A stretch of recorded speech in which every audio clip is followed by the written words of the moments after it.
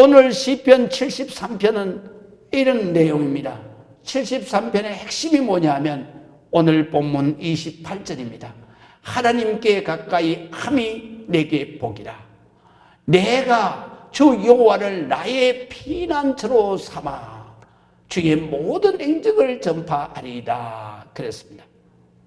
오늘 시편 73편을 우리가 잘 요약해서 보면 첫 번째로는 이런 내용입니다. 1절에서부터 시작되는 이 9절까지 있는 말씀은 정말 악한 사람이 하나님을 믿지 않는 사람이 얼마나 잘 사는지. 그래서 오늘 시편 기자인 아삽이 그 악한 사람이 잘 사는 걸 보고 실족할 뻔했다 이거예요. 그래서 오늘 시편의 첫 번째는 뭐냐면 세상 악한 자들의 형통함을 보고 절망할 수밖에 없는 믿는 사람들의 심령을 말씀하시고 있는 거예요. 그 다음에 두 번째로는 왜 악한 사람들이 저주를 심판을 받고 그 다음에 징벌을 받아야 되는데 왜 악한 사람들이 형통하고 잘 살까? 그것을 오늘 시편 기자인 아삽이 그것이 항상 의문이고 그것이 마음에 걸리는 거예요. 그러다 어느 날 오늘 성경에 보니까 하나님 성소에 들어가면서 깨닫습니다. 그래서 하나님 앞 성소에 들어가면서 정말 그 진실을 깨닫게 되는데요. 그 깨닫게 되는 그것이 바로 오늘 두 번째 내용입니다. 그 다음에 그가 깨달은 것이 뭐냐면 오늘 28절에 있는 말씀대로 하나님을 가까이 함이 내게 복이다 하는 것을 깨닫게 돼요. 그래서 이런 내용의 구조로 오늘 시편 73편이 우리에게 하나님의 진리의 말씀을 전하고 있습니다. 그 첫 번째는 오늘 성경에 보면 세상에 하나님을 안 믿는 사람들, 세상에 악한 사람들이 형통함을 볼 때에 우리 믿는 사람들이 정말 낙심하고 절망할 그런 경우도 있다라는 것입니다. 그래서 2절에서 3절을 우리가 주목해서 보겠습니다. 2절에서 3절에 보면 나는 거의 넘어질 뻔하였고 나의 걸음이 미끄러질 뻔하였으니 이는 내가 악인의 형통함을 보고 오만한 자를 질투하였음이로다. 그렇게 말씀하시고 있습니다. 세상의 악한 자들의 형통함을 보고 나는 거의 넘어질 뻔했고 미끄러질 뻔해서 실족할 뻔했다. 그래서 여기서 넘어질 뻔했다라는 얘기는 시험될 뻔했다 이런 말씀이고요. 그 다음에 여기에서 미끄러질 뻔했다. 나의 걸음이 미끄러질 뻔했다라는 얘기는 실족할 뻔했다. 이런 말씀인 것입니다. 왜 이 사람이 아삽이 그 악한 사람이 잘 되는 걸 보고 또 악한 사람이 형통한 것을 보고 그리고 시험들은 실족하느냐? 그것은 아삽만 그런 것이 아닙니다. 우리가 이 어렵게 신앙생활하는 우리 성도들이 정말 하나님 안 믿는 사람이 우리보다 잘 사는 거 보고 하나님 안 믿는 사람이 우리보다 형통한 것을 보면 우리가 시험 들잖아요. 우리는 정말 그 시간을 쪼개서 그래서 일하면서 그러면서 하루 공휴일에도 하나님 전에 나와가지고 그 꽃피고 막 그 좋은 그런 경치 구경 휴가 가지 않고 그리고 그 하나님 전에 와가지고 가서 예배 드리고 기도하고 그리고 우리가 정말 본 거부터 막도 못 받으면은 거기에서 정말 다 써도 시원찮고 모자를 파는데 거기에서 그냥 11조 떼고 감사한금 떼고 그러려고 그러면 정말 내가 꼭 이렇게 사는데도 안 믿는 사람이 잘 되는 거 보면 마음이 시험 들죠. 아이고, 내가 이거 이렇게 사는 게 진짜 맞는 거야? 정말 하나님은 살아계신 거야? 오늘 성경에 보게 되면은 이 악한 사람들의 삶이 우리가 보통 사람도 보기에는 아이고, 저거 벼락 맞아 죽을 놈이 저렇게 잘 사네, 이런 경우가 많이 있단 말이죠. 그래서 그거를 오늘 성경에서 우리에게 말씀하시는 것입니다. 그래서 우리가 이런 거를 볼 때마다 하나님 계신 거야, 안 계신 거야? 하나님 살아 계신 거야, 안 계신 거야? 그런 의구심도 들고, 저런 인간 벌을 주지 않으시고 왜 자꾸 보고만 계시는 거야? 그리고 내가 아무리 기도해도 나한테는 자꾸 힘든 일, 어려운 일, 불행한 일만 자꾸 오는 것 같고, 그래서 우리가 시험 들 수밖에 없고, 그리고 또 우리 믿는 자들이 실족할 수밖에 없는 그런 상황들이 우리 주변에서 많이 일어나는 거예요. 그래서 오늘 성경에 보면 아삽이 시험 들고 정말 그렇게 실족할 뻔했던 그런 일들을 열거했어요. 그것이 바로 오늘 성경에 보면 4절에서부터 이렇게 기록이 되는데요, 4절에 보면 이렇게 말씀하시는 거예요. 그들은 죽을 때에도 고통이 없고 그 힘이 강건했다 그래요. 다시 말하면 일생 동안 악한 사람들이 아무런 고통도 없이 건강에 살다가 잘 죽는 거예요.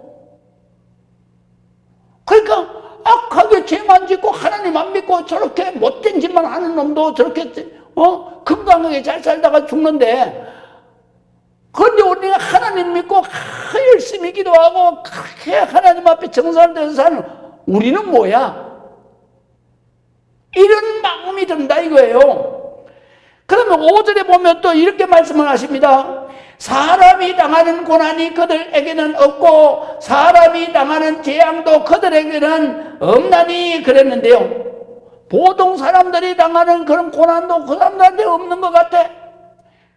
우리 보통 사람들이 당하는 그런, 믿는 사람들이 당하는 그런 재앙도 그들에게는 없는 것 같아. 그렇잖아요. 지금 하나님 안 믿는 사람들, 돈 많은 사람들, 그런 사람들이 그냥 병 났다 그러면 그냥 병원에 가서 그냥 호텔 같은 병원에 가가지고 그냥 누워서 그냥 고침받고 건강하고 건강식 먹고 운동하고.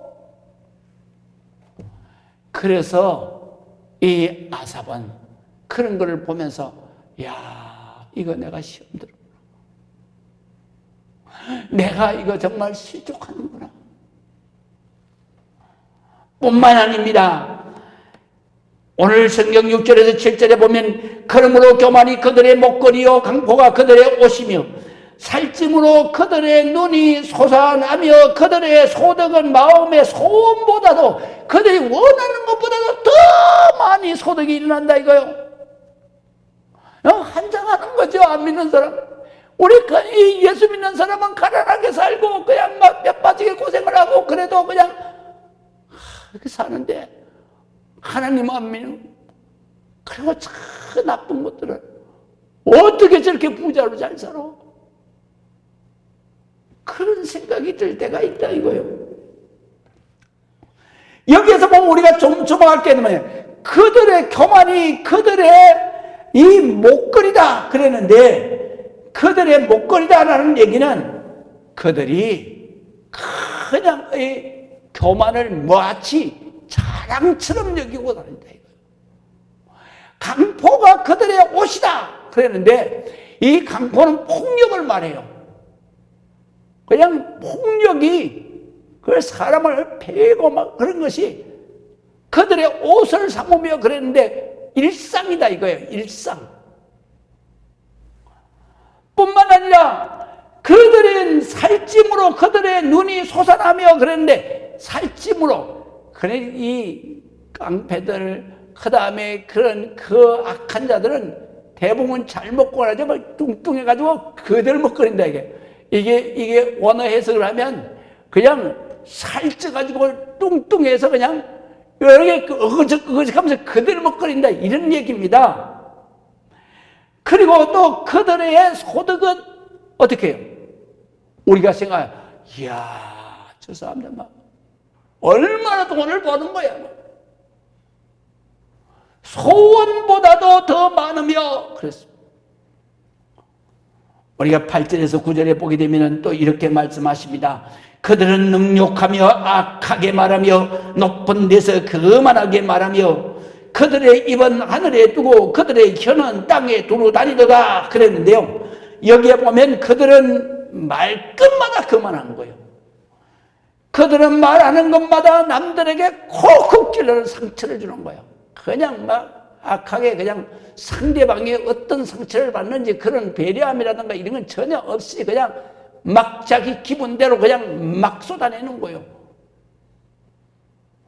또 뿐만 아니라 9절에 보게 되면 그들이 어떻게 하느냐. 그들의 입은 하늘에 두고 이랬는데 이걸 우리가 오늘 번역하면 무슨 말이냐면 그들은 입으로 하늘에 계신 하나님 앞에 대적하는 거예요. 하나님 있어? 나봐. 이렇게 대적하는 거예요. 또 뿐만 아니라 그들의 혀는 땅에 두루 다닌다 그랬는데 이 말은 뭐냐면 그들의 말은 땅에 있는 모든 사람들에게 좋은 말을 안 해요. 덕담을 안 해요. 악담을 하는 거예요. 그런데도 이런 사람이 잘 산다 이거요. 그런데도 이런 사람이 막 형통하다 이거요. 그래서 아삽이 야 이게 어떻게 하나님 살아계시는 세상에 어떻게 이런 거야. 정말 하나님 정말 이거 왜 보고만 계시는 거야. 그래서 이 내가 악인의 형통함을 보고 오만한 자를 질투하였음이로다. 질투한다는 얘기는 부러워한다는 얘기잖아요. 오늘날에도 믿음이 연약한 사람은 이런 마음 들어서 시험 들기도 하고 이런 마음 때문에 실족하기도 합니다.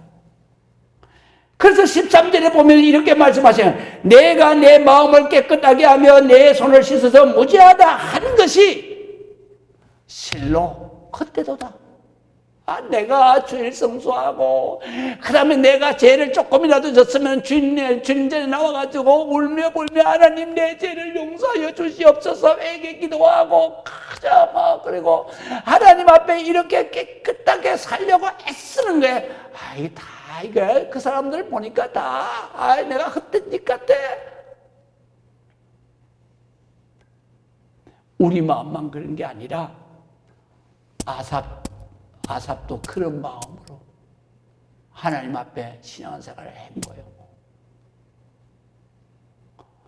그런데 그가 그럼에도 믿음을 저버리지 않은 이유가 어디 있느냐?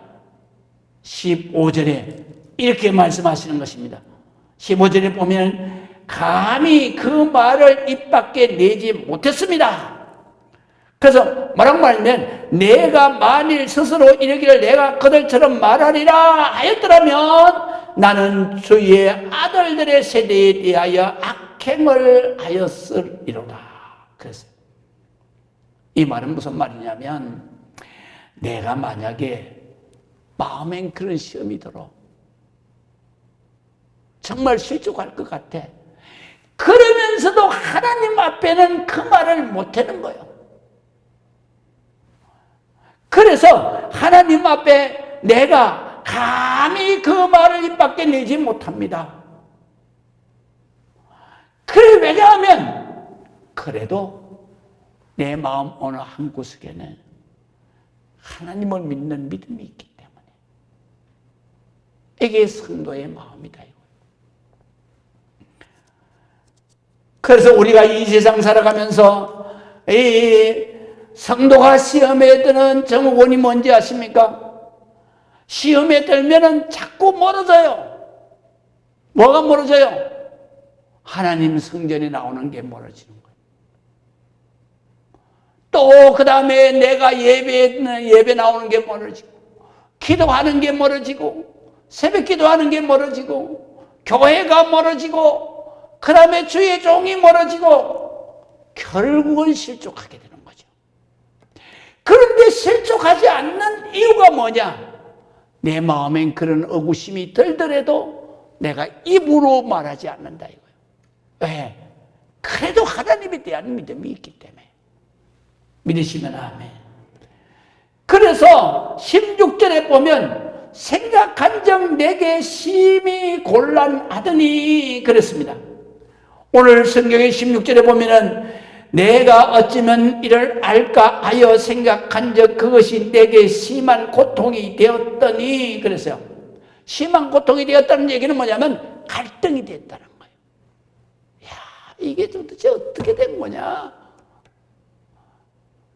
그러다가 드디어 17절에 그가 깨달아지는 거예요. 그래서 17절 우리가 한번 보시겠어요? 17절은 여러분들 줄을 쫙 쳐놓는 게 참 좋습니다. 여러분 줄을 쫙 쳐놓는 거예요. 17절에 하나님의 성소에 들어갈 때야 비로소 그들의 종말을 내가 깨달았다.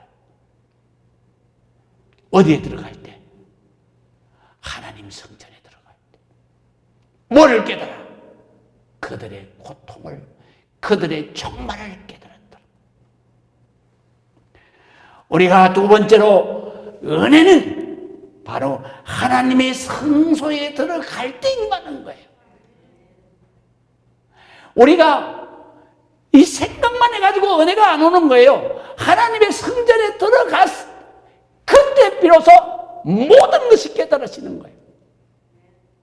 그러면 하나님의 성소는 어디입니까? 교회입니다. 교회 어디입니까? 성전입니다. 성전은 뭐 하는 데입니까? 기도하는 데입니다. 찬송하는 데입니다.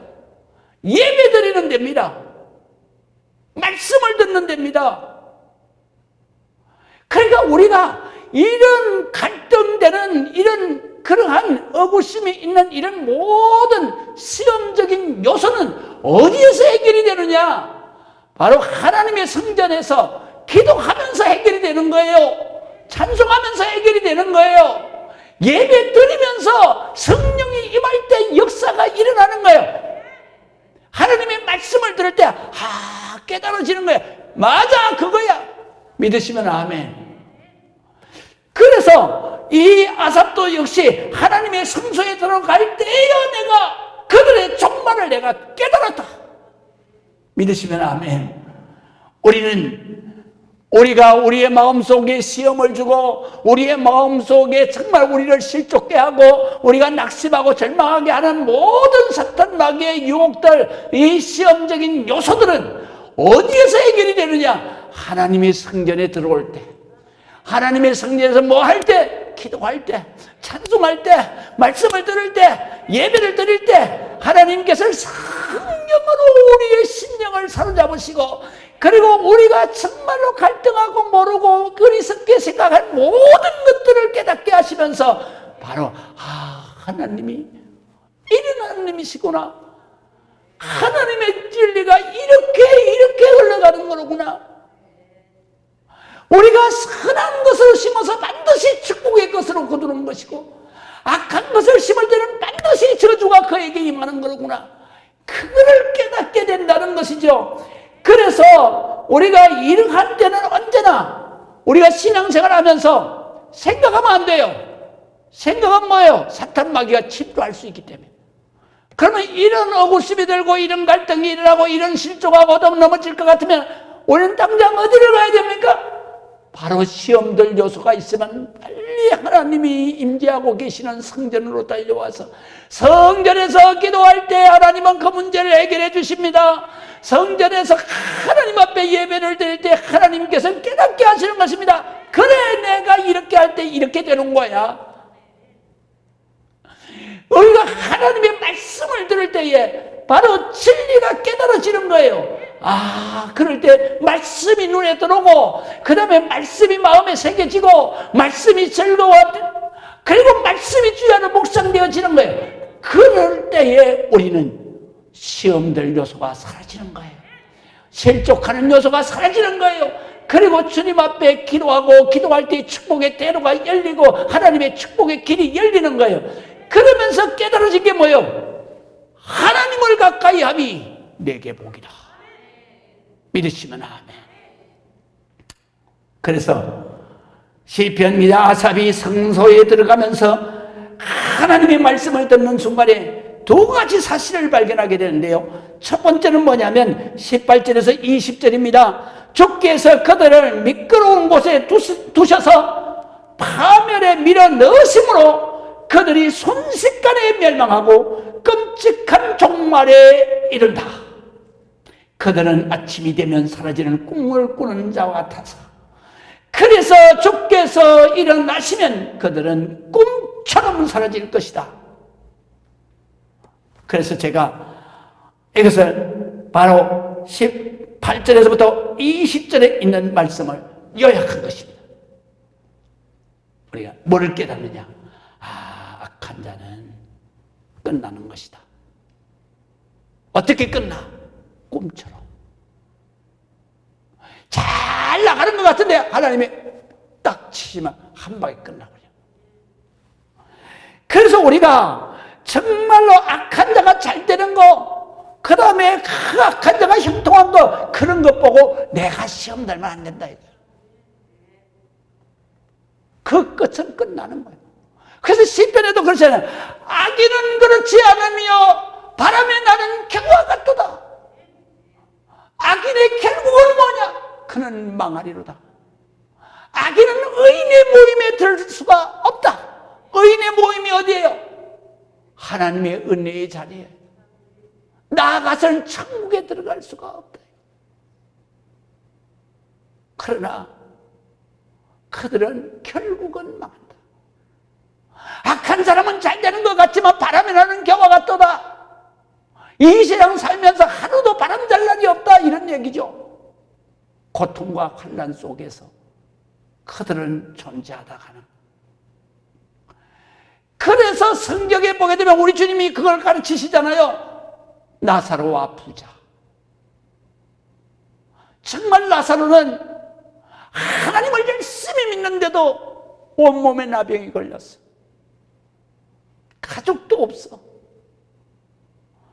그래서 부잣집의 그 대문 앞에서 온몸을 피가 나도록 긁어가며 온몸이 썩어 들어가면서, 그러면서도 먹고 살아야 되니까 부자가 먹다가 내버린 그 쓰레기통을 뒤지면서 그렇게 살아가. 그런데 부자가 그 나사로를 매일 보면서 그냥 흉을 보는 거예요. 야, 네가 그 모양인데도 뭐 하나님 앞에 감사한다고? 그럼 조롱하는 거예요. 두 사람이 똑같이 죽었습니다. 죽어서 보니까 다른 거야. 그 부자가 보니까 바로 자기 집의 문간방에 그 나병 걸려서 비참하게 살던, 자기의 음식 쓰레기 뒤져가며 살던 나사로는 아브라함의 자손이니까 아브라함의 천국의 폼에 딱 안겨서 행복하게 영생하는 거예요. 그런데 자기는 어떻게?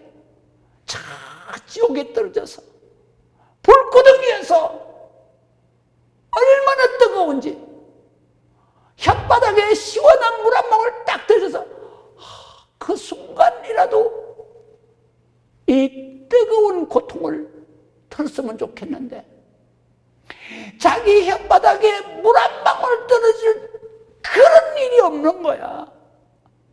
그때서 이 부자가 깨닫는 거야. 그래도 이미 때는 늦었어. 그래서 자기 세상에 있는 부자로 잘 사는 형제들, 제발 좀 지옥 오지 않고 천국 가게 해달라고 그렇게 좀 전해주시오. 그 예수님이 이미 이 세상에는 선지자들과 모든 주의 종들이 하나님의 말씀을 전하고 이 사실을 전하는데도 너처럼 너 형제도 안 믿어. 우리는 바로 하나님의 말씀을 들을 때 이게 보여져야 되는 거예요. 할렐루야. 말씀을 듣고 기도할 때에 악한 자는 심은 말 그대로 저주를 거두는구나. 선한 자는 어려움과 고통 속에서도 의를 심어서 축복을 거두는 거야. 영생의 축복을 거두는 거야. 또 깨달은 것이 있습니다. 21절에서 22절에 보면은 하나님 앞에서 자신의 모습을 깨닫는 거예요. 하나님을 만나는 순간에 우리는 내 모습이 보여지는 거예요. 그래서 21절에서 보면은 내 마음이 산란하며 내 양심이 찔렸나이다. 내가 이같이 무매무지함으로 하나님 조 앞에 짐승이오나 그랬어요. 하나님 앞에 정말 부자가 잘 되는 것 보고 내가 시험될 뻔했고, 부자가 잘 되는 거 형통한 것을 보고 내가 그냥 실족할 뻔했는데, 이게 내가 어리석었던 거고, 내가 짐승같이 살았구나. 그래서 하나님 앞에 어리석음을 깨닫는 순간에 회개하는 거예요. 그리고 자신의 생각의 짧음과 실족할 뻔한 그 모든 것들, 결국은 내가 하나님 앞에 부끄럽게 짐승같이 아무 생각 없이 욕망에 쫓겨서 하나님을 원망하고 살았구나. 회개하는 거예요. 그러면서 하나님 앞에 깨닫는 거죠. 내가 새벽 기도하는 게 이게 내게 복이구나. 내가 주일날 여행 가지 아니하고 이렇게 사는 게 내게 복이구나. 내가 없는 가운데서 11조 드리고 감사함금 드리고 주일헌금 드리고 하는 게 이게 내게 복이구나. 이걸 깨닫는 거예요. 저를 전도하신 목사님이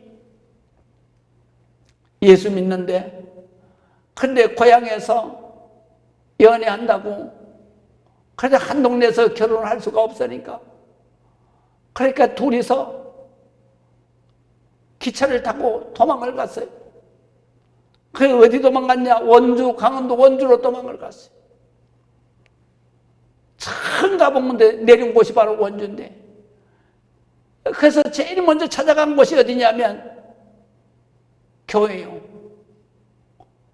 그래서 그 교회에 찾아가가지고 새벽 기도를 하는데, 그런데 목사님 새벽 기도를 하고 난 다음에 목사님을 찾아뵙고, 우리가 이만저만 해서 둘이서 신앙생활을 하다가 한 동네에서 살기 때문에 결혼한다 그러면 동네가 발칵 뒤집어질 것 같아서, 그래서 둘이서 하나님 믿고 잘 살려고 이 원주로 도망왔는데, 우리가 결혼식도 안 하고 그리고 같이 살 수는 없잖아요. 그러니까 목사님, 저희 결혼 좀 시켜주세요. 그러니까 목사님이 기가 차잖아. 그래가지고 그래. 그리고 그날 새벽에 이제 목사님이 강구를 하신 거예요, 성도들한테. 그 사정을 얘기하고, 그 내일 새벽 예배는 바로 이 두 청년들의 바로 결혼 예배로 드리겠습니다. 그래서 이번 그대로 새벽 기도 때 결혼을 한 거예요. 뭐 살 곳이 있어요, 가진 돈이 있어요, 아무것도 없잖아요. 그러나 아버지의 집으로 가면 살 것이 생긴다. 그게 이 두 분의 믿음이었어요. 목사님이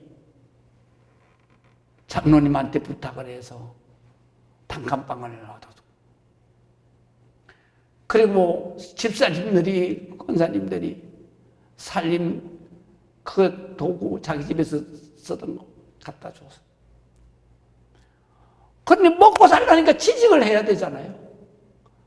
그래가지고 목사님이 자기 장로님 통해가지고 미군 부대에 취직을 시켰어. 일용직으로. 취직을 시켰는데 이 믿음이 좋은 이 목사님이 취직이 뭐냐면 경비잖아요. 군무원으로 경비. 그냥 24시간 근무하잖아요.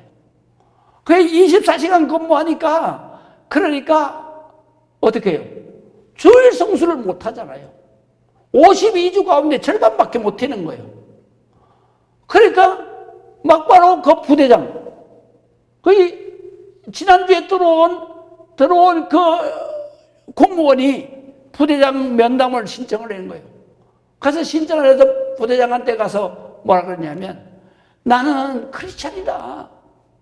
근데 주일 성수를 해야 되는데, 그런데 내가 주일 성수 무단 건물 결석을 할 수는 없으니까 내게 영가 있지 않느냐.